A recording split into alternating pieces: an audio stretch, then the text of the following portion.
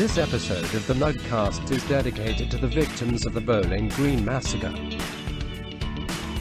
Welcome to the Nuggcast, the only weekly gaming podcast with a microphone that looks like a donger. I'm Rowan. I'm Micah. I'm Georgia. I'm Ryan. And I shouted, hi! This week, we're going to be talking about our game club game at SOMA. Then we're going to be getting into the news and talking a little bit about what we've been playing this week. Spoiler warning for the following games, SOMA. No, Soma is a spooky game by the same people that made Amnesia. Frictional games. Frictional games. They, it's pretty similar to Amnesia in the way that the monsters function. It's a horror game, with some puzzle elements and, a big portion of it's pretty much just a walking simulator with puzzles and horror. It came out in 2015. Came out in 2015. And it was made with the HP Lovecraft 3 engine. What? HP Lovecraft 3 game engine. What other games are made on that? No idea. Okay, that's... The funny thing about Soma is it's a horror game. Yes. It's only scary for the first hour and a half. What do you think about that, Micah? I thought it was very scary. I think horror is subjective. Yeah, that's a good point. It's very atmospheric, so even when it isn't scary, there is still there's an atmosphere of scariness. Overarching sense of gloom. Like, the thing with me is, I know, Rowan, you specifically didn't like the first enemy. For me, the first hour and a half or however long it takes you to get to the first enemy, it's building tension, and then the payoff is it's something that's scary because, I feel like it doesn't hit. I feel like it keeps building tension. No, did it take you an hour and a half to get to the first enemy? Maybe an hour and 10 minutes. Rowan! I spent so much time in the house. I opened literally every drawer. So did I. Yeah, so did I, actually. Yeah, it took me maybe 10 minutes to open every drawer. I opened everything I could. I think I spent a good 20 minutes in the first house. Should we talk about the plot of the game? Yeah, I mean, the plot is you were in an accident and that causes you to have a lot of brain damage that obviously hinders your daily life. So you go to get that fixed by... you can't even watch TV. Yeah, you can't do shit. So you go get it fixed, and then the guy, instead of fixing your brain, he transfers your subconscious into the future in an underwater base that has been taken over by spooky horror robots that have some organic life. Is the word they use. Yeah. They have minds of their own. They aren't fully machine. And then the plot of the story progresses. You meet, what's her name? I want to say Catherine. Catherine. You meet Catherine. She helps you through. I think when you meet her is when you find out that, you're a robot. You were transferred into a robot body. You haven't been... those people that you killed. Yeah, I knew you were a robot the second you found the first robot, which is just a dying dude. Because it's he speaks like human. That's Amy. The first robot you find is Amy. Yeah, the first robot you find is Amy. Well, it's a female voice. It doesn't it's specifically... definitely Amy. I'm talking about the first male voice you find, the one that you can kill. You can kill Amy. You kill Who Amy. the fuck's Amy? Well, you have to kill Amy's the one that is plugged in, and you have to unplug her to start up the engine room. She's the very first one, and then there's the second one who's lying there dying, and you can zap him to death. That's the one. Yeah, that's the puzzle. That's the one that got me being like, oh, you're definitely a robot in this game because this thing is obviously a robot, but he doesn't know he's a robot. You have to kill the guy. You don't have to kill him. Yeah. I'm pretty sure you only have to pull the switch briefly. You have to turn off the lights so that the accidentally power. left it off. You don't have to, actually. There's two options. You can either do that, or you can go and irreversibly shut off the power in the facility. Yeah. So there's two options. You either torture and kill this guy, or you go with the option that could have bad consequences for you in the I future. did both.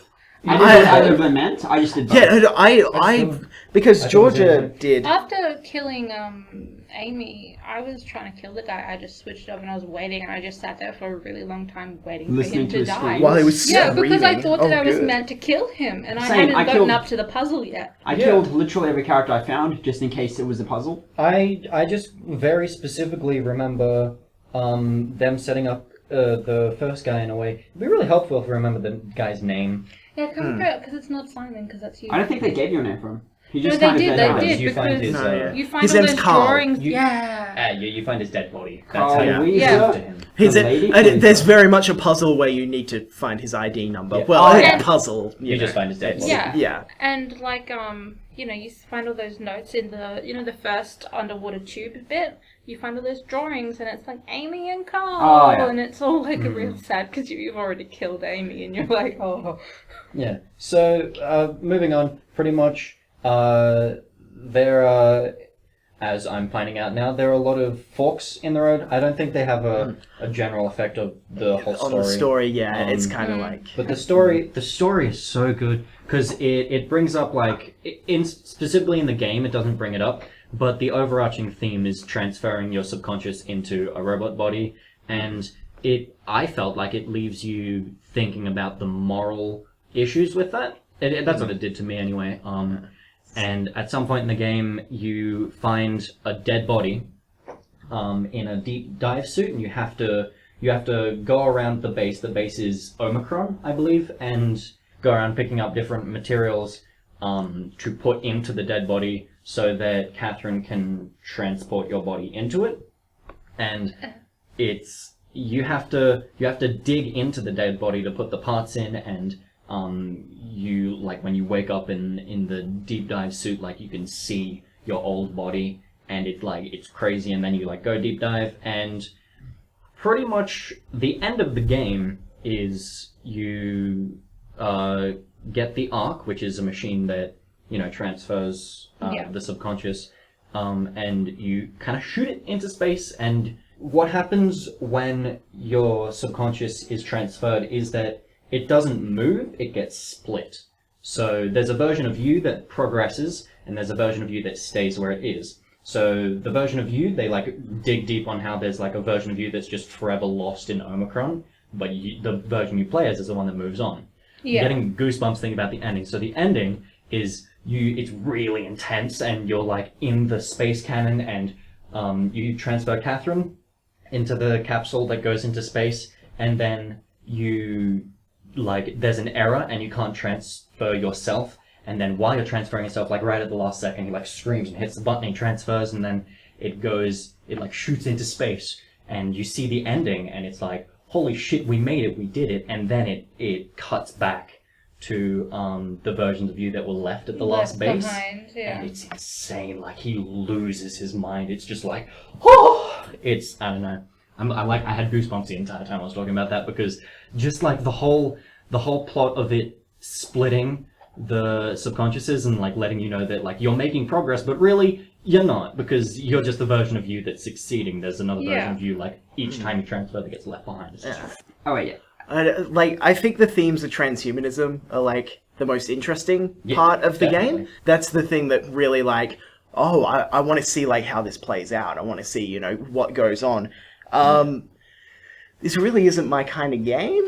Yeah, in terms of horror, or just it didn't interest you? In terms of horror is probably the big thing. I could have got through it if it wasn't a horror game. Yeah. For me, like, a lot of people are a lot more sadistic than me, but horror is the opposite of fun for me. Well, being scared is the polar opposite of fun for me. Yeah, you just... So, I really like it. A lot of people enjoy getting scared, like it's an adrenaline rush, and you're like, ooh, ooh, ooh. But a lot of people are just like, I don't like this anxiety that it's giving me. I'm freaking the tits out about this ostrich. Yeah. It's like, I completely understand why people like horror games, but for me it's just like, this is like, as much as like, I'm having fun finding out what's going on, the second that something horror-related happens, I'm like, I'm immediately having less fun. This is awful. I don't like this. I was like nervously making a joke out of it the entire way. I was like, calling the monster Mr. Drippy, and I was like, Mr. Drippy, don't catch me. But then as soon as he actually came into play, and I was fine. I avoided him perfectly, but then I did not realize that where I was standing, going up the stairs, I thought I was completely safe. And he just like looked around the corner, and I was like, oh, can he see me? And screams and runs at you. Yeah, and I was like, oh my god, run! And I did. There was a part where you have to go through steam, and I had opened the door, and I didn't realize that I had to run to go through the steam. I thought there was a lever somewhere, so that's why I was going back down the stairs, and that's when he saw me. And then I had to run up like 3 flights of stairs and just freak out. I had to run through the steam 3 times. I ran through it and I was like, wait, the switch is behind the steam. So I ran through the steam again, pulled the switch, and threw it again. I felt so bad for the main dude. I was like, oh! I did the exact same thing, yeah. Simon, no! But actually, like, I so viciously wanted to like this game. Yeah. Yeah. It was hyped up a lot for you. It was, yeah, I had I like, think it was a lot of so many people just being like, this game is, what a game! Yeah. It's amazing. I was like, oh, okay, I'm gonna enjoy this. And it's probably I think it's the first horror game I've really tried to play. I did not like it. It's not even that. The main thing for me was the game was either scary or boring. When it wasn't scary, it was being boring. And for me, it was only scary for the first hour and a half, and then some key segments other than that. But then, I found like some of the monsters scary for the first bit, but then they just got annoying. Like the teleported dude that was a Slenderman ripoff.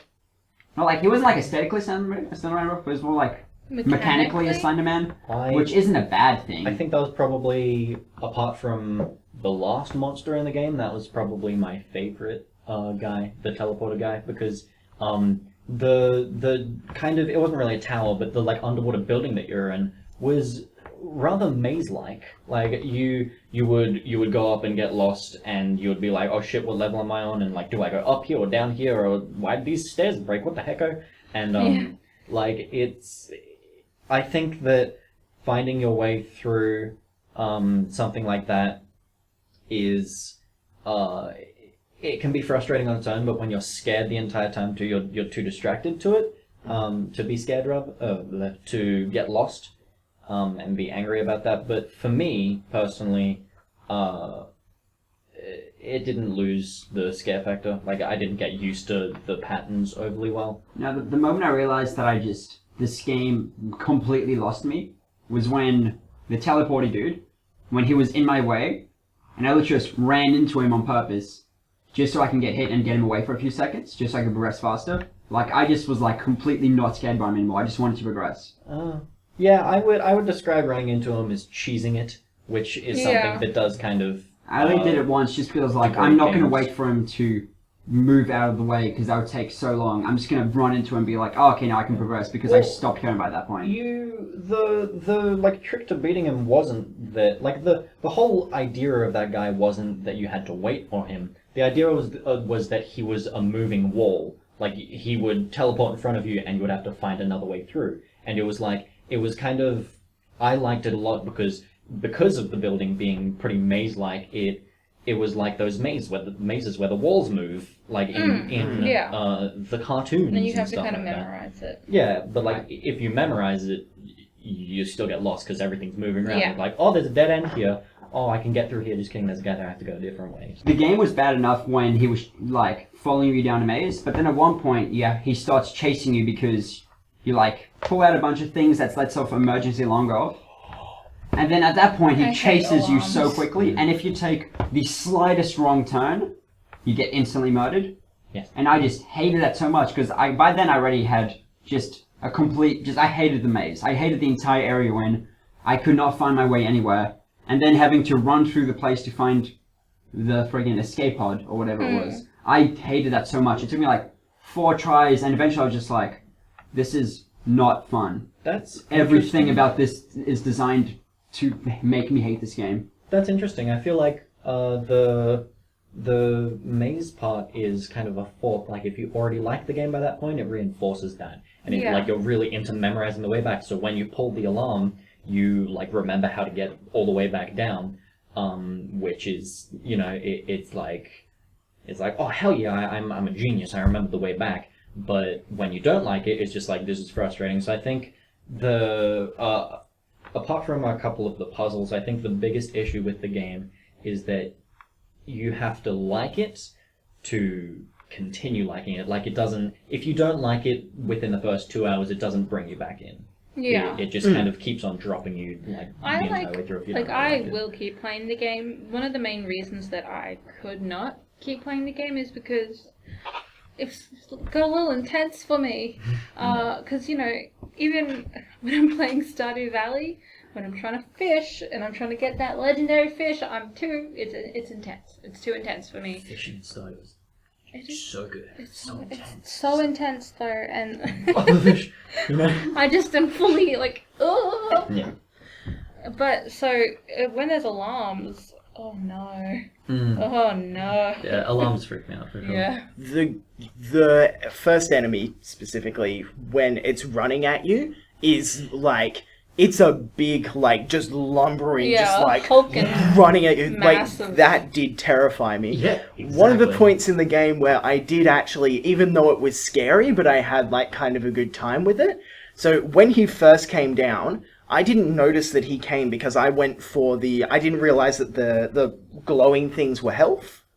What? The things you shove your... the things that you poke. Yeah, the things that you poke. The At some point in the game, one of them rips your hand off. Oh, good. Really? So cool. So yeah, one of the things you poke and they give you health. I didn't realize it was health, and so I was like, oh, maybe I'm like collecting secrets or something, because I just didn't realize. I went to that and I was kind of a bit distracted by that, and I didn't notice that he kind of came lumbering through the door, and so I touched it, and then I turned around and he was there, and I was like, oh boy! and so I like ran into a corner because I was like, oh, he might not be able to squeeze his way through here. He did. Yeah. He hit me. I didn't die. I was like, oh, okay, it kind of gives you another chance. But you like friggin' stumble around and there's like the screen shakes and it's got all the video static and stuff. The death, I want to say animation, is like it still terrifies me. I've never experienced the death animation. The literal biggest scare going in this game was pausing during the death animation. I'll shift tabbing and like talk to someone on Facebook, then forgetting I died, and then when I'm paused, it was just and I was like, so I nearly threw my keyboard out of the The biggest scare for you in the game was an accidental jump scare. Yes. I think the game probably it has a very unique approach to horror. A lot of games are just jump scares. I know this one had a lot of jump scares, but they weren't like pre-programmed jump scares. It's like the way the enemies are designed. You're gonna jump scare yourself. I feel like, which I think is more of a good thing though. It's more of an organic scare. Yeah, I really like it because it's like it's your fault if you get jump scared. It's not just the game being like, oh, there's a cutscene, there's a climb. I was not jump scared because I am hyper aware of what's going on. I entered the game full spook. The thing that got me was immediately after that point, because it kind of pushes him back and he goes on his own patrol path and you kind of wake up.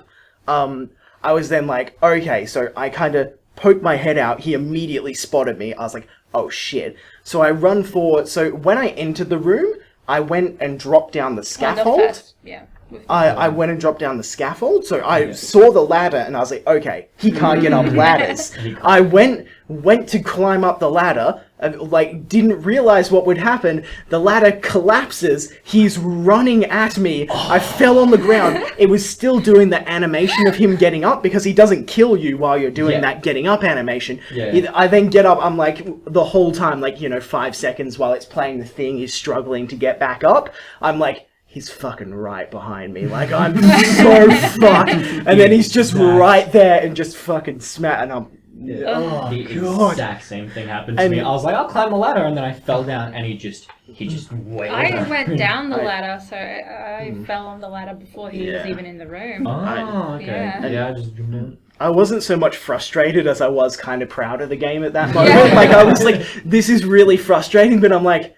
But damn, like, the fact that there were two ways you could go, and it anticipated you going down, jumping down the scaffolding, because the scaffolding collapses. So there's two ways that you can go, both of them collapse. And so it kind of anticipated that, if they go down the scaffolding, then try and do the ladder, because it's programmed so it does the same thing whether you're climbing up or down it, it breaks. So it's like, okay, that was kind of clever, I like that. Yeah, I thought that was good. I like the game had like a bunch of few small segments I really enjoyed, like that one. It was a good experience, and like some parts of the teleporter dude, I was like, "Eee," but I know like a lot of parts just got tedious to me. Where it's like, oh, okay, once the novelty of the new monster wears off, that's just an obstacle for me to progress. It's not entertaining or fun anymore, or scary at all anymore. The novelty never really wore off for me. Also, I think maybe because I was super into it, so I was memorizing everything and I didn't get stuck in any of the bases. I think the specific fact that you got stuck meant that the monsters are designed in a way for you to be scared for a limited amount of time. Yeah, and I think I got stuck. That's probably the biggest issue of the game. It's like I got stuck too much in each area for the monsters. Like it just went past that limit way too much. Yeah, like when Amnesia was a huge thing, the grunts in that game, everyone was scared of the grunts. Now you see pretty much anyone playing Amnesia, they aren't scared of the grunts. They're always making jokes like, "Oh, hey, let's the grunt guys." So I think that because a lot of the frictional games, like kind of things, like they have a very similar enemy function. So I think that pretty much they design enemies so that the scare is top tier for certain amounts of people, like people who get scared by chasing, but the chasing fear runs out pretty quickly. I think that they did. You can get stuck. I think with what it sounds like with the further enemies, I'm glad it just didn't stick with the first enemy. Like they did vary up the enemy variety. Yeah, there are lots of different enemies, which is something I enjoy a lot about it. You said you got up to the first underwater segment? Yeah. So the point where I gave up was the first underwater part. So I went out there. I was like, oh, cool. Like there's this underwater segment. That's really cool. And it's like So basically, what happened was I went out there. I was exploring. I was walking around. And I was just like, okay then, where do I need to go? So I was walking around, I was like activating all the lights to make sure that everywhere was lit up and so I could find, maybe there's more lights, maybe there's this stuff. The closest thing I could find was there was like this big building in the middle and there was lights underneath a hatch at the bottom. And I was like, okay, well maybe there's something with this hatch. Yeah. So I went around, I tried to do it and I was like, huh. And then I went to the side and I saw a pipe that I was like, it's got ridges on it, and it looks like I can jump up it. I spent about half an hour convinced that this was a jumping puzzle. I got like halfway up this big thing that you weren't supposed to get up. Yeah. And I was just like, I'm convinced that this why would there be like these perfect footholds for me to get around this thing unless it was a jumping puzzle? Actually, I think I specifically remember trying in the first underwater segment also to like jump up places, but then I ended up finding like, oh, there's a door somewhere. And then I was like, oh, this is a jumping... because before that, I spent probably an hour in that underwater segment, because I just couldn't find out what to do. One thing to note about the underwater segment is that the lights weren't really like, oh, I can see now. They were meant to be sort of a breadcrumb thing. Just kind of like, oh, I've been here, useless to go back. Oh, okay then. Yeah. So it's it's literally just you need to explore to find the right place, or was it like you need to find the right button on the right building kind of thing? I did notice that with the underwater segments. I feel like I got lucky on literally every single one of them, because I was just like, for some reason, I was like, my mother's intuition kicked in. I was like, I'm gonna go right here. There's a button to open the door, and then there was. I really have trouble finding out where to go in the water segments. I just kind of was completely bored by them because, like, they usually only had one enemy in it, and it was just a robot with a flashlight. That wasn't... He doesn't attack you, as far as I remember. He does if you're up to him. But, like, that doesn't help the game.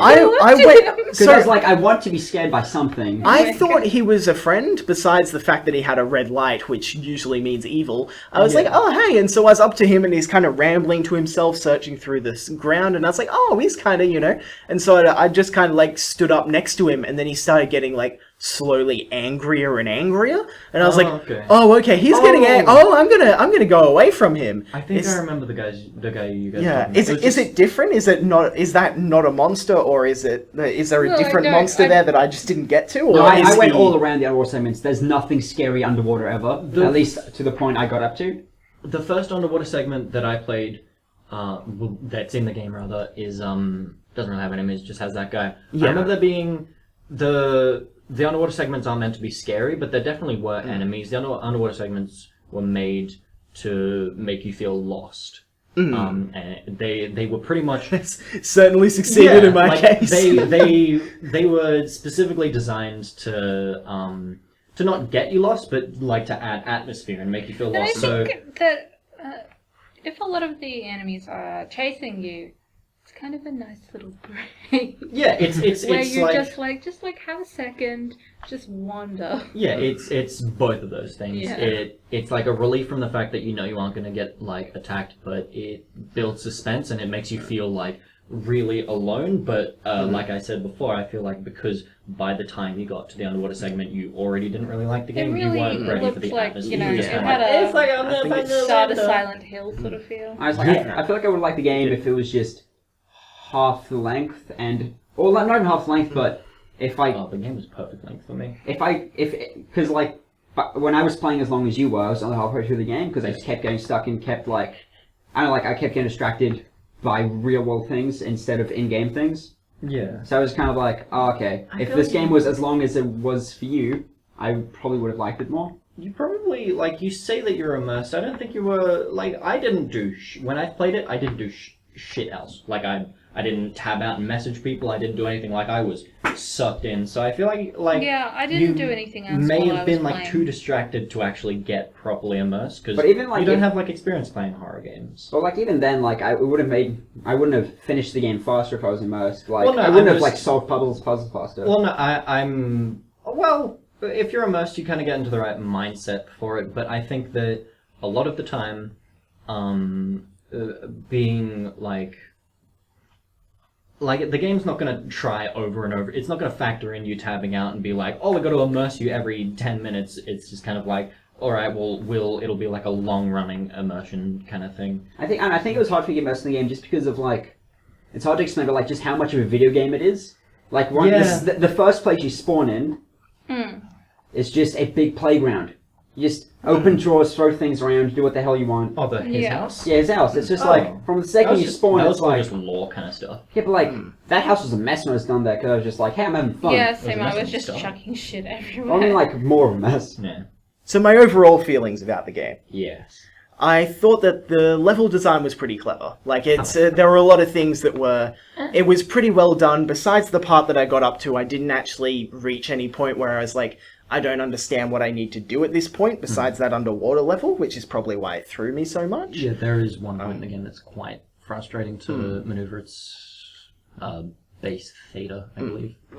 But besides that, and sometimes it's kind of like, hey, you need to push this specific button in this specific place, and it's kind of like the main thing, like, it gives you like quite nice lighting cues and stuff, but sometimes it kind of, gets a bit. So the story seemed like it was going places. I was interested in the story. If it wasn't a horror game, I would probably like it more. That's not to say that it shouldn't have been a horror game. I think that people that enjoy horror games would love this game. But for me personally, if it wasn't a horror game, I would probably like it a lot more because the story seems right up my alley. Everyone that I know that is into horror games really likes it. And they like it for the horror and the story. So I think it's definitely for horror-minded people. So I would say that my rating would probably be 3 nugs out of 6. One of the nugs is surprisingly a robot. What? Yeah, that's the twist. Is it psychotic, though? Can you put your hand in it? Is anything that's a robot not psychotic? They don't have emotions. Oh, that just made me scared. Robots scare me. There's Yeah. a fun fact. You're Rowan. No, this was probably the most, like, out of all the games I'd expect I would love, this is the biggest disappointment to me since Hitman Absolution. I hated this game so much. Everything just completely just clashed with everything I wanted in a game. Did not enjoy it at all. So I'll probably give it 2 nugs out of 6. It's more than I expected. Maybe, yeah, and I was going to say 1.5, but like there were... we don't point we don't do half nugs? No, we don't do half nugs. It was going to be, then probably would have been One like... of the nugs can be smaller. Oh, it was going to be like 1 nugget and 1 rotten nugget. One nugget but then and I a was like... popcorn chicken. But no, like They skimped out and gave you a popcorn chicken instead because they didn't want to cook more. They do that sometimes. Yeah, so it's 2 nuggets. Like, I did enjoy the first bit of the game and some select parts, but the overall experience was just horrible. The parts that I hated, I really hated. I never want to touch that game in my life ever again. You don't have to. You can just resort to touching yourself. So I feel like I haven't played it as recently as everyone else here. When I first played it, I got sucked in. Like, the second I started playing, I cared about every single character. Like, even when you're walking through Theta, the research labs, Theta's just the main, bunch of scientists are there. I cared about every single, like, you go into all of their bedrooms and you check out their shit, and I was like, oh, my heart! And the story, one of my favorite stories ever, the ending, was the first ending to blow my tits off since Bioshock Infinite, which is saying something because the ending of that game is wow. But I would personally give it a 5 because There were some puzzles that just felt very tedious. There's just one puzzle that's pretty much just trial and error, and there's one puzzle that's just clicking that's like half trial and error and half like this doesn't make any sense. So like, I mean, but 5 really good nuggets, like they're crispy and warm, sweet and sour. Yeah, sauce, that's what I meant. They were all fresh and made that day. Yeah, they aren't no stale hash browns. Fuck that. For me, I really did enjoy it, although I think I got through the least amount of everybody. But I look forward to continuing to play it. I really loved how atmospheric it was, and I love exploration games, and I feel like there is a lot in the game to explore and just get little nuggets of lore, and I'm into that. I love horror games. I would definitely say that this is better than Amnesia. Yes. Like a lot 100%. better. Amnesia, the story felt like it kind of went nowhere. But I would not say that it's better than Bioshock. Which, maybe, like, Bioshock's gameplay is better, but the horror in SOMA is much better than Bioshock. Yeah, Bioshock I agree. Isn't scary. Bioshock scares me still. Yeah. I can't play it alone. But, yeah, no, I really liked it. I am very much looking forward to replaying it, but at my own pace, because it stresses me out. So I'm going to give it a 4 nugs out of 6. Yeah, I think the fact that you want to replay it alone Yeah. is saying enough. We'll continue playing. Yeah. I like the story. I'm enjoying it. I just need to go at my own pace. Yeah, for sure. But yeah, that's that. Cool. So Ryan, what's been happening in the gaming news? In the gaming news, G2A has foolishly decided to have an AMA on Reddit, which is full of people that hate them. So that's some pretty good news, and there's some interesting things that have come from it. I feel like the fact that they decided to do an AMA, like they were expecting a bunch of people to be like, "Oh, thank you for your service," but the fact that people would have 100% like gotten mad at them is a good feeling, you know. It's like justice kind of thing. I mean, why would one of the shadiest companies in all of gaming do an AMA? Maybe they don't know they're shady. Yeah, so anybody that doesn't know what G2A is. So G2A is basically a website where you can go there, people will upload their keys so that people can buy it for cheaper than the retail price. It all sounds, you can sell some of your spare keys. Obviously, like, you probably already realized the flaw with this. People can go buy the keys and initiate a chargeback so that they have the keys, but then the developer gets no money, and then they just sell the key for 100% profit. There's numerous problems. They have a bunch of YouTubers and stuff set up with them who are locked into contracts with them, and there's like a lot of business there where they can't get out of the contract, and a lot of them just don't agree with the business decisions that G2A has made, where they're essentially doing things worse than piracy. With piracy, the devs don't get money from you. But with G2A, the devs can actively lose your money because stolen credit cards and chargebacks. Like, buying Game of G2A can literally steal money from a developer. Yeah. And so there's... No, literally. Indirectly. Well, yeah, it's... I mean, they will lose money. Like, money will be taken from their accounts. Yeah, indirectly, though. I guess. It's like they are getting paid money and then it's getting taken off of them. But, so they're technically not losing anything, but they're temporarily, people are getting legitimate versions of the game that are free from the, the whole thing is just really messy, and G2A facilitates it. Now, they have come out recently, they've been like, look, we don't support any of this kind of stuff, this just so happens to be a byproduct of the service that we're offering. And it kind of just goes to say, the service that you're offering doesn't really... it. Well, that's the thing. They say that they're trying to do things to prevent it, but whoo boy, some people on Reddit have really dug in, and there's some interesting stuff has happened. So, basically, a couple of the questions that they were asked...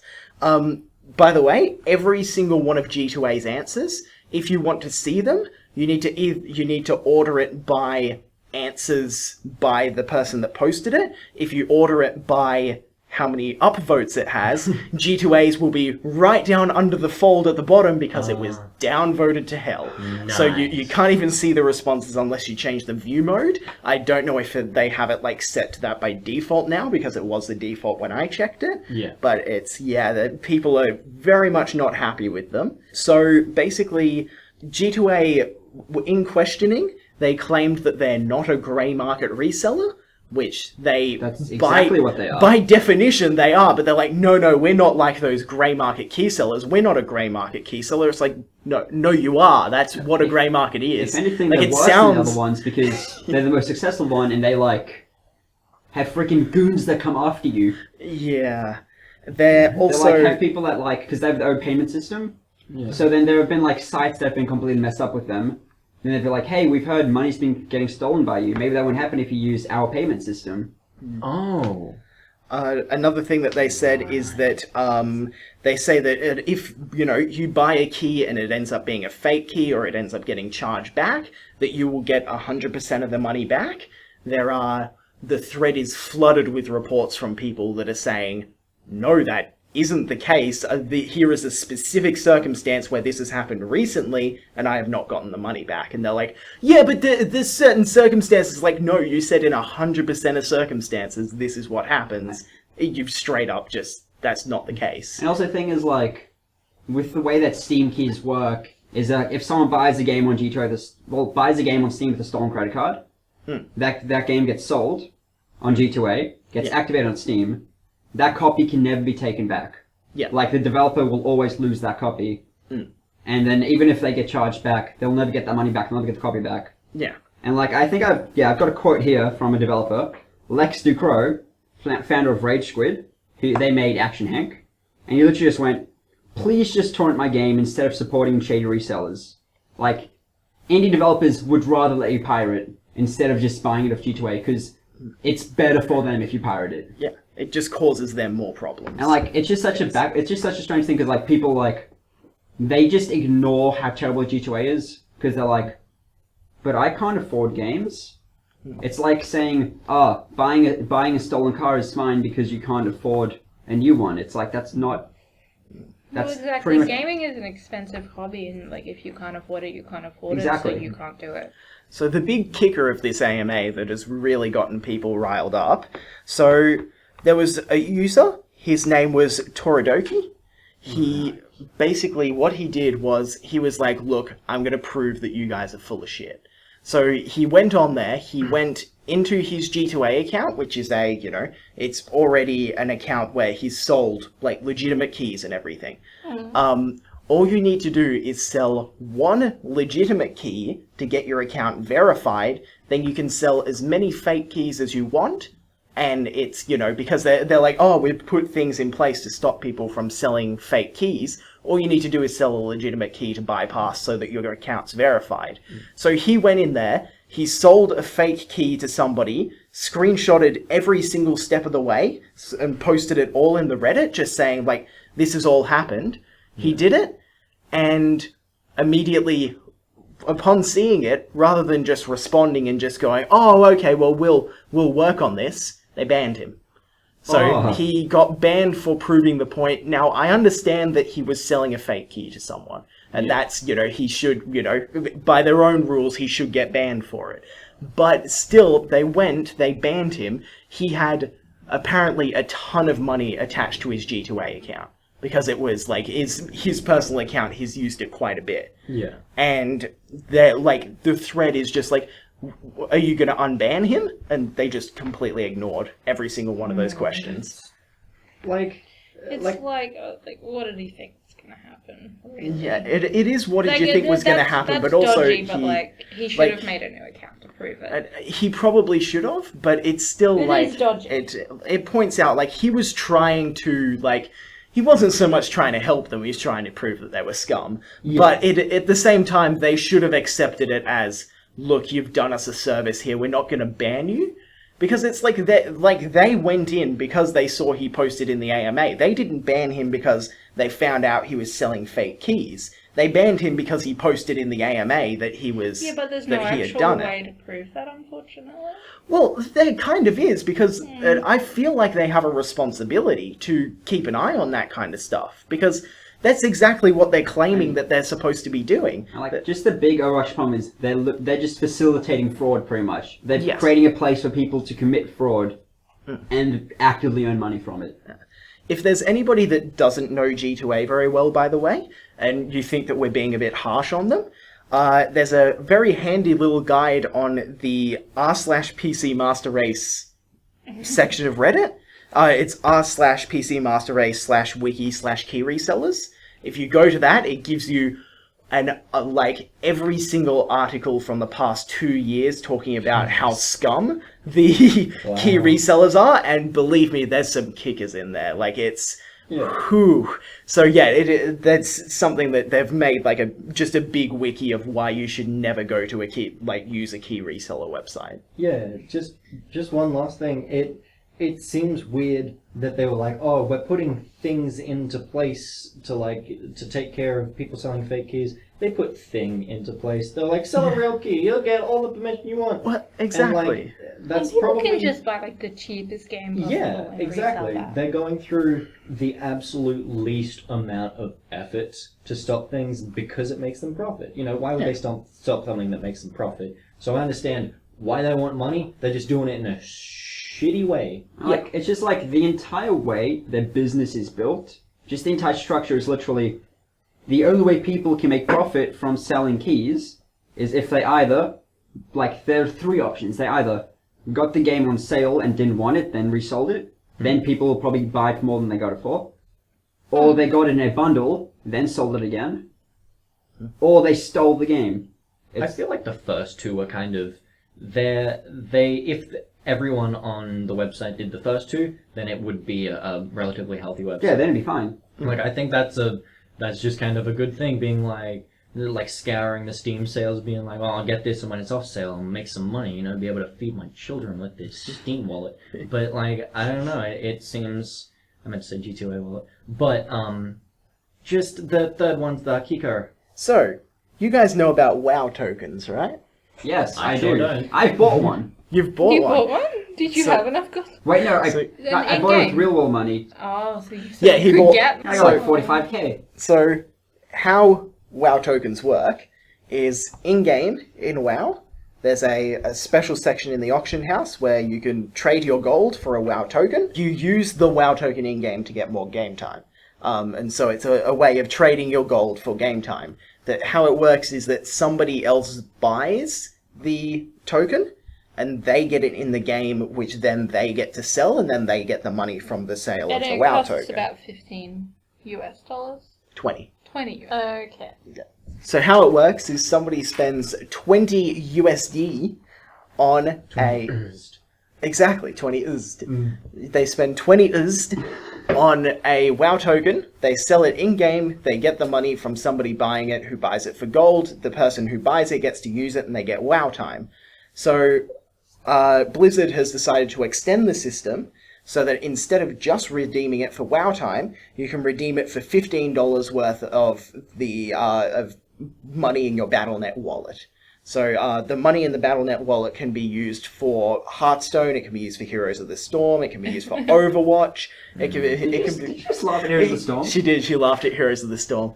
Because they should just So the prices for WoW tokens in the actual gold kind of varies. So if you're on a very well-populated server with lots of people, it will generally be cheaper because there's more people selling them, so they're undercutting people. Yeah. On less popular servers, it goes up too. So anywhere between 20 at its absolute lowest, so 20k gold, or 60-ish would probably be the highest. Since this update, the price has doubled on every server. Ooh. So a lot of people are taking advantage of it, and it's causing a lot of people to really want them. So it seems to be a system that's working. Especially right now that the Overwatch event is happening, so people are really trying to get the skins they want. Well, yeah, exactly. They couldn't have released it at a better time. Like, there's a lot of skins that people really want for Overwatch. Every time there's an event, or I don't know if Hearthstone has events like that. Well, it'll be the when adventure modes and stuff are released, and you need to pay to do that, and a new expansion as well, of course, because people want the new packs. Yeah, I think they probably specifically chose to do this during the event. Exactly. Definitely. 100%. Also, there's always new Heroes of Storm characters coming out, so that would be a really big. Too bad no one cares about that. How often do Heroes of the Storm characters come out? Surprisingly quickly, actually. Actually, Lucio came out Lucio pretty just much came out. Lucio just came out, so that's So that's pretty much all the news on that. It seems like it's but it was definitely coming. Like, they wanted to previously use the WoW tokens for more than just subscriptions. Like, they've been saying for a while they want to do it for, like, realm transfers and changing your characters around and stuff. And that's, because they're all paid services. So, yeah, I think it's good. it's good to get people to play the dying game. Well, yeah, it's Blizzard's really been pushing this, like, cross, they've got their own clients, so why don't they try and integrate the games into each other? So there's good. Play 3 Hearthstone matches and you get a mount and stuff like that. Yeah, so it's they've been really trying to get rewards, interlocking rewards in the games and stuff, and it seems to just be the next step. Heroes of the Storm. You can have a Genji skin. I want that Genji skin, but that's like 15 hours. Yeah. That's 15 hours, 15 games. But that's...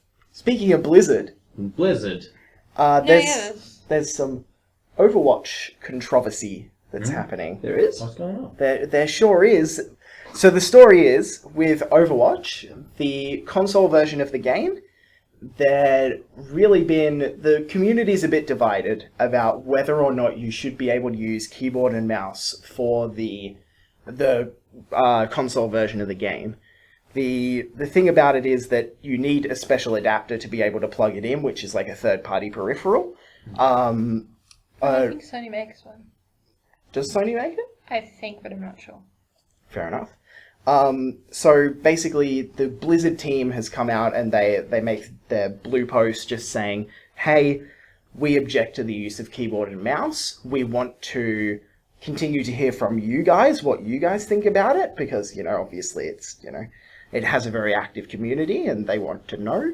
But they also they've said they want to hear back from Sony and Microsoft to see if they can work out, what would happen. They've either said they want it one way or the other. They want to have full support for it, or they don't want it in the games at all. Well, I think, the reason that they're even considering fully supporting it is because it's less work for them, because then they don't need to specifically nerf things. Because it's just going to be the same as it is on PC then, and people who don't play with a keyboard and mouse are just going to have to suck it up. It's sort of it's such people play on a console, all 99% of the time will be using a controller. Yeah. Actually, 99.9 probably. And then it's just the few people using mouse and keyboard be the ones getting the advantages of using a mouse and keyboard. And it will be a massive advantage, so... Yeah, it's specific because Overwatch has been, had characters nerfed separately from PC to console. Like how Torbjorn was nerfed on console, not on PC, because people aim worse on console. That's an objective fact. And Torbjorn auto aims, but it's then this will just make it easier for people who are good at aiming with mouse and keyboard on console to just dominate even more. Which normally I'd be all for. They just can't have it both ways though. Yeah, normally I'd be all for being allowed to use mouse and keyboard on a console, but just the separate nerf thing is the one that's getting me. It's it's not fair. Yeah, now it's just completely not fair. So it's if you want to play Overwatch with mouse and keyboard, just get it on PC. Yeah. The team at Overwatch has said that they do want to crack down on it, but at the moment, there's not really a way that they can. It's not like they can go ahead and do it. It's on the creators of it, so Sony and Microsoft. It's on them to be able to disable the hardware or whatever. They can't just, go that you can't do it. To be fair, I can't imagine anything more fun than playing Widowmaker on a console with mouse and keyboard. And just dominating everyone. Yeah, but I think I'll get to the point where you're why? But I want to do it at least once. The thing with console as well is you can change the level of auto-aim, but the auto-aim is quite high. I'm not sure if you can change the level of it or if it's just a toggle, but it does have auto-aim. And so obviously there's that to facilitate that, but then if you have a mouse and keyboard as well, that makes it so you're even more accurate than you would be on PC. Exactly. Because it's, it's not only that. So Microsoft has actually come back with a response. Sony hasn't, as far as I've heard. But so Microsoft has come back and said that they want to put more power into the developers to decide which peripherals can and can't be used with their console. They haven't said whether or not they're like, oh yeah, specifically for Overwatch, we think this is good or bad, which is, why would they do that? They really shouldn't put themselves on a side because it'll just make people angry with them. But yeah, they've said that they want to put the power into the devs' hands, and that might be something they'll look into in the future.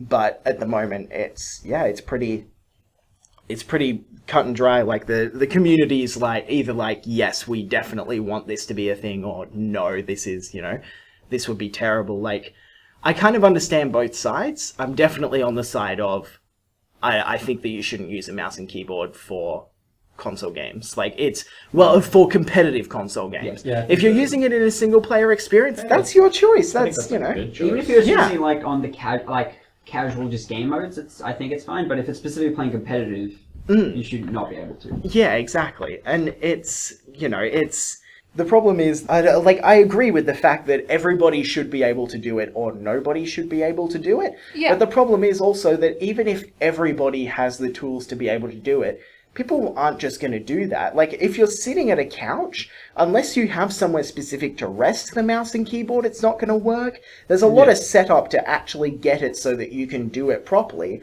And people just want to sit on their couch and play the game. That, but I think that they should just adjust the nerfing so that it allows for the keyboard and mouse, and to just, people that want to play competitively on a console, I'm confused about that.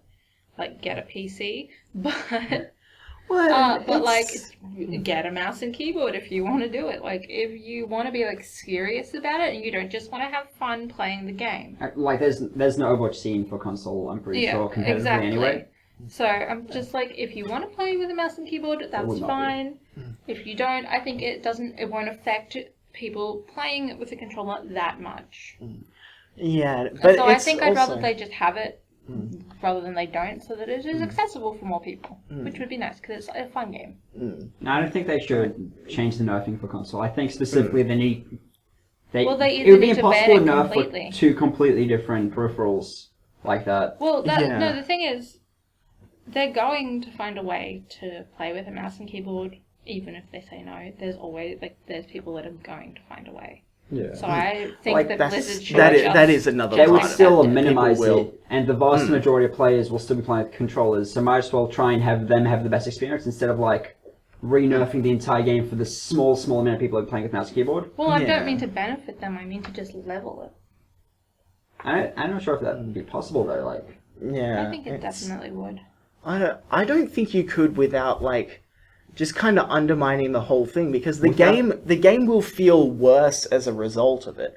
Because if you think about it, so for example, the fact that they nerfed Torbjorn because it's hard to kill his turrets, but his turrets have auto lock.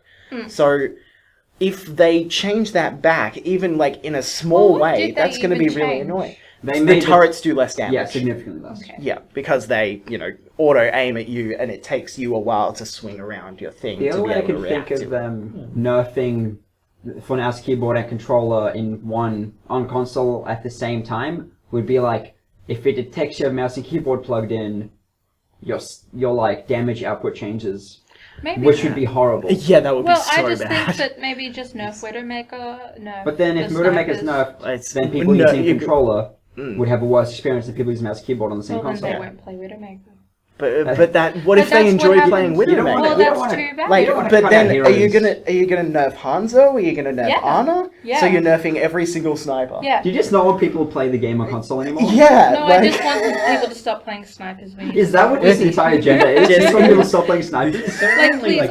Definitely the most exciting news this week. We have finally discovered Link, the hero of Hyper's name. I sniffled at the beginning. I don't know if you noticed. You're just So. First we had Luigi Mario, then we had Mario, now we have Link. And Link Mario. Link. They want to do Link. Like sausages. It just it's really reinforcing that whole like the Nintendo's a fun thing. Just like they don't take a lot of their IPs incredibly seriously in terms of. To be fair, Mario was from the Mario movie. Like I don't think they had input on that, but I also think they didn't really at any point be like, no, it's not called Mario. They just kind of went with it. I feel like, especially because when the name is Link, it should just kind of be a mononym. Like, no, I can't think of a last name after Link that makes any sense. So, to clarify for everyone, there was an interview with Miyamoto and they asked him a few quick-fire questions about the new Zelda game. One of the questions is, what is Link's last name? He either as a joke or entirely seriously replied that his name is Link Link. He also said that there was a running joke in the early stages of Zelda where Link's name was Adventure Mario. Which I honestly prefer. I love Adventure Mario. Yeah. It's great. It's just stupid. I'm just kind of holding on to hope that Link is his Japanese name and they're going to do that thing. Well, in Japan, your family name comes first, right? So is it Link Link, or did he mean in the English way where it's Link Link? Oh, that's a good question. A good question, but was it a good joke? Both. Both of them. Sometime in the past week, I don't know if it was general knowledge before the video, but Nintendo released like a hardware overview of like everything that is going to be included in the Switch, and the Joy-Cons have something that they call HD vibrations, which Look, I'm just sounds glad it sexy. comes Yeah, with exactly. it so that we don't have to buy separate rumble packs. Joy-Con and exactly. dildos. But it's really weird because like they like it's just kind of like they have in it they like use an example of like you hold one Joy-Con as a cup and another one as some ice and you tip the ice in and like you can feel like the rumble of it and it feels like ice. Like I don't know why they're marketing precision vibration, but hey, if it feels good enough, it's nice to have, but it's strange. Like, why would they put so much effort into that? They also have like the motion, the sensor under it, and all the other things. It's like, hey, if we just put a bunch of peripherals in this controller, maybe it'll do something. The real question is, would it have costed more money to have HD vibration or to have a bigger hard drive? Well, that's the thing. It's almost like the problem with Nintendo is they learn from what is successful in their previous consoles, but not what wasn't successful. Yeah. So the thing about Wii Sport, like with the Wii Sports was a system seller. Wii Sports like made people get the console. The problem was the motion controls didn't really have that much good use outside of that. Like it was more a drawback than anything else. People were like, I don't want this. But now they're like, oh, let's add in all these features. Like you can, it's got the gestures and it's got the HD vibrations. It's like, well, is that going to be used for anything besides 1-2 switch? Yeah, exactly. Like at all? Well, or is it just going to get in people's way? Yeah, like 1-2 switch and arms are the only things I can see it being used in. And You arms can turn is it just off like, in arms. Yeah. You can turn it off in arms. well, there you go. Yeah. I think it's more like the responsibility of like the third-party developers to know what people would want and then to pick and choose which of the features they'll use or not. Yeah. Because like it has enough buttons to be a good thing without all those extra things. Yeah. So we just need to trust developers to not be like, let's use motion controls because motion controls. So, E3, they've announced that they will be opening it to the public. Which So- is like No, a it's really terrible. big deal. I It's really a think really it's a big deal. mistake. I didn't say it's a good thing, but Yeah, it's a no. big deal. He weeps. It's I understand why people would say it's a good thing. I would understand why people say it's a bad thing. I'm more in the camp of it's a bad thing. I think the people that say it is a good thing are uninformed and don't understand what a industry level convention is about, rather than a commercial convention where the sole purpose is to make money. Haven't they had it open to the public at least briefly before? No, you could. They invited some celebrity-style YouTubers, but they still got press passes. Oh, okay. Yeah. Because it's like, but like that's the big thing about E3. It's like everyone there is there for a reason, not just to have fun. Yeah. Exactly. Like if you want to go to a game convention to have fun and to be automatically accepted in, you should go to PAX. Yeah, Yeah, exactly. And the thing is, opening it to public opens it to cosplaying, and I just, As much as I love cosplay, It can be it doesn't have a place there, I think. It's like the Also, thing people it's don't like hard enough to understand. get but it's hard enough to get E3 coverage already if you're like a journalist or something. Now there's just going to be more people. So many more just amateur photographers going. Do you think they'll have to? Well, they'll definitely have to get a bigger venue and everything now. Yeah, definitely. Well, they've said that it will be very limited. So we don't know if it's going to be like 30 people are allowed in, or maybe 200 people, or maybe a couple thousand. Who knows? They've said they will limit it. I don't think they do. I don't think they need the money. Who does E3? E3 does E3 E3. does E3. It's an industry convention. It's like there's E3 does true. E3. Oh, okay. Yeah. And how do they profit from it? Do the people just pay for the? They pay to exhibit. They pay to exhibit. Okay. Oh, yeah. So basically, what people don't understand about E3 is the big convention. Like, it's huge, but people don't understand that. They're like, all these trailers came out at E3. I want to be at E3. They don't understand that it's not. See all of these trailers. They don't understand that it's not like PAX. It's not a public thing. It's people in business suits discussing business. But it just happens to be video games and things get released there. Each other off, pretty much. Exactly. It's not a fun place to be. E3 is. I mean, it is. Media-based. If you love video games and the industry side of things, it is a fun place to be because it's what you're passionate about. The thing is, everyone that's there does for the average consumer, it is not where they should be. Yeah, not at all. Literally, because it's such a media-based thing. Like Ron just said, every single person is there for their job, and I feel like the only reason that they open it up to the public was because of demand. I can't really think, a lot of people just let me into E3, I'll pay for it, and then they're like, oh, sweet, money. You hear so many YouTubers be like, the one year they don't go to E3, they're just like, I was so happy it wasn't there. Yeah. It's like, it's not a good time. No, and you find out about more being at home. Yeah, exactly. If you can be at home, you can just watch the conferences from there. But I don't understand why people from the public would want to go. Because they don't see all that. They just see, I get to go to E3. All they see is video games. Yeah. And there is fun demos there and stuff, but, Yeah, you get to play some games early and stuff, but at what cost? Yeah. Well, that's the thing that I was going to ask. Depending on how limited it is, if they're going to let 300 people in, how much are you going to be fucking paying to be one of the 300 public people that get to go to E3? They can't be like, it's $50. That's not going to happen. That will sell out in seconds. Yeah. I also don't want the public there clogging up the demos for actual people with critical thinking that are going to go and say, hey, this is shitty. It could ruin the journalistic side of everything. Letting a bunch of strangers in that don't have an influence, maybe their group of friends, so maybe 5 to 6 people know more about your game, and it's we could have found that out from someone whose job it is to get the information out there. Yeah. It just seems like a weird move to me. Seems like it's weird enough for me to just assume that it's money. Yeah, exactly. Yeah, but it just doesn't make sense because they pay at the arse to specifically Sony and Microsoft and sometimes Nintendo. Yeah. Just they have to pay so much. See how it goes. I mean, people go all out for E3. It's the gaming video game convention. Super Bowl. Yeah. E3 assassinations. I don't know. It's just weird. And it's not like I haven't ever thought to myself, I would love to go to E3. Oh yeah, definitely. But we had that conversation 2 weeks ago. Yeah. I'll go to E3. But that's different. It's not that different. Not anymore. Now that we have a successful gaming podcast, we are industry people. We are. We're going to get press passes. We don't even need to. We don't even need to pay the $3,000. Well, I wonder if, because there's always a limited amount of press passes that go out, I wonder if that will in fact cut into the press passes.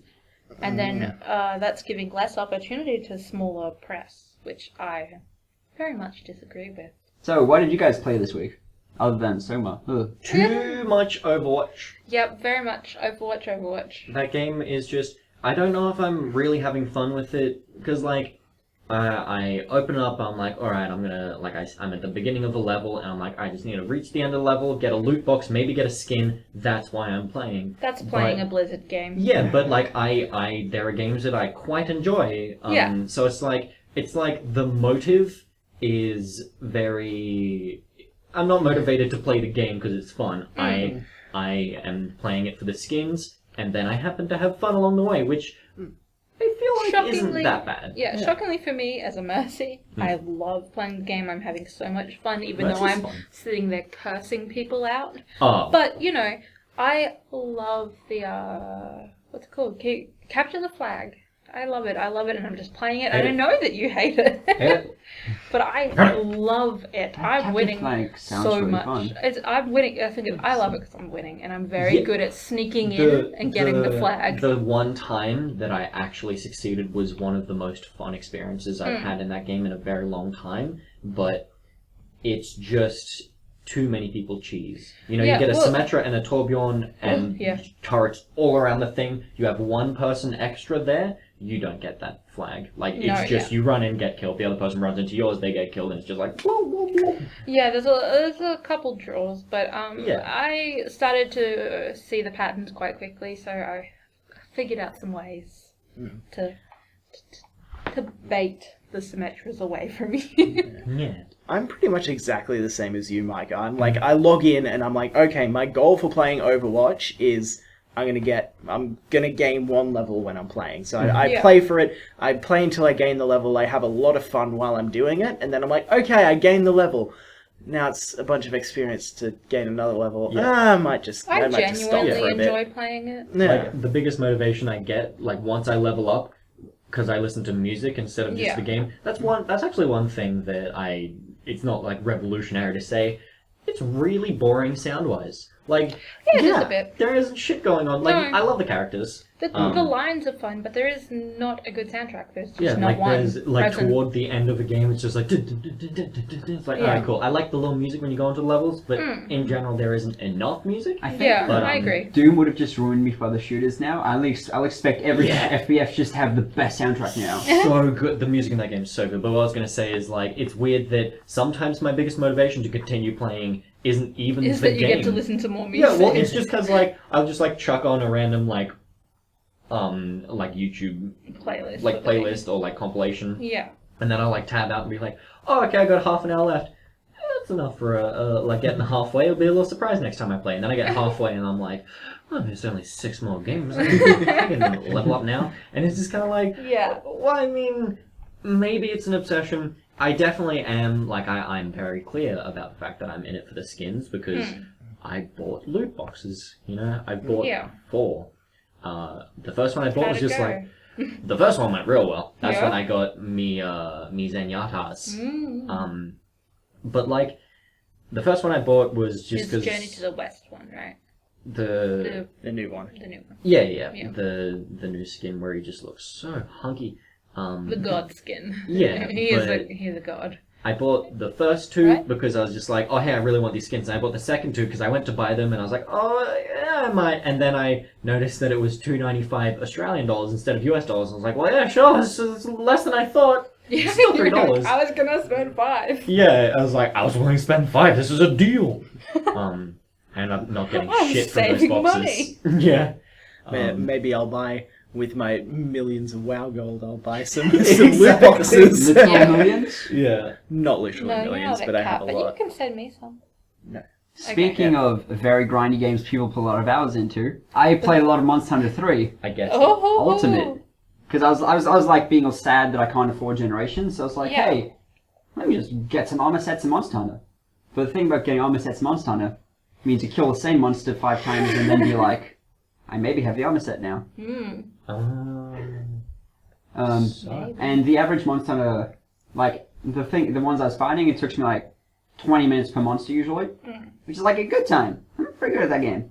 But I also made the mistake of Googling the multiplayer exclusive monsters. Then I found out there aren't any. Which means the things I thought I couldn't do in single player, I can if I beat every single quest. Okay. I'm probably going to start. I'm going to try to beat every single quest now. So just so I can beat that one monster that I thought was multiplayer exclusive. No, yeah, fair. And then I'm going to do the multiplayer quest by myself, probably. Which make them significantly harder, but they're possible because I found that out. Oh my god. That game has just been sucking it's just my life out. It sounds just kind of like it's a whirlpool. But it's a good game. It's so much fun. It's like the whirlpools in Wind Waker. They just look nice. You know, it's Yeah, fun. you can get a shiny top hat. That's all you need in a game. Yep. And I got like really into like making sure I took every little defect off every armor set because there's like gems you can do to get a rid of status bonuses and stuff. I spent so much time just killing monsters over and over again, and then I was just like, I think I know why I stopped playing this game. But then I just got the craving, and now I can't stop. And whenever I'm just like, hey, look, my DS is there. Let's chuck on some YouTube, chuck on some Netflix, play Monster Hunter. Just kill the same monster 10 times. Oh, actually, yeah, I completely forgot. I said the only game I've been playing lately is Overwatch. I've been playing a lot of Mario Maker, just because it's... Oh, what about Valhalla as well? Not in the past week. I really want to get back into it, though. I need to finish it. But Mario Maker... It's such a shit good game. Like, I can't... I think over the maybe 40 levels I've played in the past week, 2 of them were quite enjoyable. But they just... There's so much shit. There's so much awful stuff. There's like, if it's not tedious, then it's like frustratingly hard, and a 12-year-old made it. And they're like, I want to put 5 boulders on top of a job. Yeah, the problem with user submitted. Yeah, it's just... It's really frustrating. Yeah. But I like the good levels. I still haven't made my own level. Don't really see a reason to. I am not good at That's making like the levels. main draw of that game for me. I would love to just create little levels. Yeah, I'll get people to make maybe levels. that's why I'm doing games course. No, like I can't get into games, level creation in games usually. 'Cause Really? I'm just like, I've never been able to. no, but for me it's different because I'm just like, I could be making a level in this game, or I could just be Making a game. making a game. Well, I don't have the programming ability. I'm like, I could draw this, but... I've done pretty much every aspect of have dabbled in literally every aspect of game design pretty much, except like netcode and audio pretty much. Yeah. So I'm just like, I have no excuse to not be making my own thing right now. Exactly. Why am I playing Mario Maker? That's fair. One of the things I used to do is, with my brother when we were little, is we would get like those really long, those ones, the printer paper with the little rippy sides that were all connected together from my dad's work, and we would just make a big level on it. I love that. I used to do stuff like that as a kid. That's a good way to plan out things, actually. I might steal that. Can you get that sort of paper anymore? I will. Yeah, just the visual jokes in the podcast. Man. My map creation experience comes from in Smash Bros. Brawl, where you could create a level, and all I did was I wanted to min-max the shit out of that game. So I made a giant conveyor belt and put a wall at the end, and then went into the level turning off every single item, except for ones that could spawn, like the special CDs and trophies and stuff. Oh my god. And so the conveyor belt would just come to me and just bring me all these trophies and stuff. Then. Yeah, it's just cheesing it. Did you end up getting everything? Pretty much, yeah. Me and my brother did, but it was a... But did you do it legit? Yeah, legitimately we got everything. It was a dual effort of 3 years. Oh, So, I like this. Yeah, one of the things that I have been playing aside from Overwatch is Ark. I've gotten back into Ark. Oh, that's my favorite Bible story. Yeah, it is a great Bible story. I've got a trike right now. That's where I'm at. And I'm very happy. Like a with tricycle? A trike is just like a Triceratops. Triceratops. Triceratops. You're gonna make me try. I'm gonna stop playing that game again, aren't I? Yes, play it with The me. game Come gets on, so come good on, once you my... get the Triceratops. You Yeah, just destroy because everything. you're getting all all the berries. The berries is the hardest part The until game level gets 20. even better when you get the tricycle. It does. The tricycle gets the berries, you put it in the little basket. You can come play with me. Play on the server I'm playing on. Actually, I might take you up on that offer. Do it. Good. And then the other thing I've been playing is Fire Emblem Heroes. I'm actually really excited to hear about that. Is it actually good? Yeah, I asked my friend who is quite into the Fire Emblem series if she thought it was any good, and she goes, "Yeah, no, play it. You'll like it." And I really am liking it. I play it before I go to bed a lot, or just like if I'm waiting for something to download or something. But it's great. I like it, and it's very... I've never had an experience with Fire Emblem before this. Oh, okay. And it's very friendly to the new player. What is it still like a strategy RPG? Like still the same main mechanics? Yes. Yes. Okay. I don't know. I've like literally never even seen a Fire Emblem game Okay. before. So new. Yeah, because But I've been I knew excited to try Mark it. and Ike. 'Cause- It's free, right? Yes, it's How free. do they goof you into spending money? I so far have not been goofed. I don't know if I'm just like too good at min-maxing or... But yeah, I haven't been goofed. I'm at the... Do you know what you can spend money on? Is it like is Yeah, like a you gem can buy system? orbs. Orbs this time. Yeah, well, there's gem system, there's these weird feathers that I have. I don't know what half the things are for right now. But yeah, and I'm halfway through the story. I'm a little bit over halfway through, and yeah, I'm enjoying it. Okay. It'll be interesting to see if I think they do have a dueling system. I've been too scared to check it out to see, like, if I can verse other real life players. that would be- I'm unsure. That would be interesting for a Fire Emblem kind of game. Yeah. Well, because it's cool. I like it. Yeah, I might try it out. You should, because it's free. Speaking of mobile games George has played, I played Tap Tap Fish. Yay, that's conversion. Could have got that. It's great. CDM. And did you know there's a Valentine's Day event coming up? Yeah. What is it? What? I'm not sure. But I know that they're doing things. It's just so viciously not a game, Well, yeah. but I can't stop playing That's it. just what a That's clicker game Every is. clicker game. Yeah, but like at least like with like Adventure Capitalist, there's like Yeah. some challenge to it. It's like to see how fast you can rebuild your thing after selling everything for angels. And making no sense. People haven't played the game. You know a really good clicker game? Voodoo Garden? I played it a couple months ago, and then recently my girlfriend started playing it, and she's like, I've just been sucked in, and she has more hours than I do. I really longer. want to get it. It's so cute. Yeah. It's really fun. I used It's to be been on really my wish into list Cookie for a Clicker. long time. Everyone used to be into Cookie Clicker, and I I've was the stayed hipster far that was away like, from fuck that. cookies. So Ryan, when you get finished vaping, what have you been playing this week? It's a pen and I'm everything. vaping a pen. Yeah, well, yeah, vape pen. Oh, vape pens. Yeah. This week I've been playing vaping.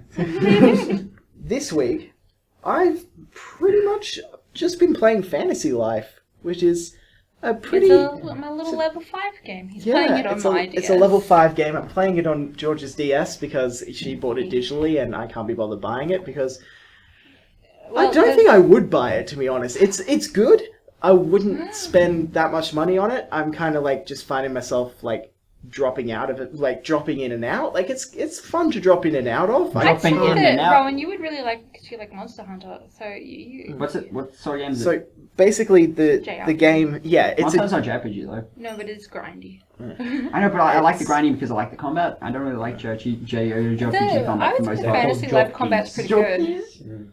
I wouldn't. I like the Fantasy Life combat because you can do it the way you want. You can be a sword guy, you can be a wizard. Yeah, it's basically the entire game is that there's 15. And you can change I that want to whenever say you would like. There's 20. there's 20. There's 20 different lives that your character can have, and basically You the can lives are switch different between professions. the lives whenever you would like.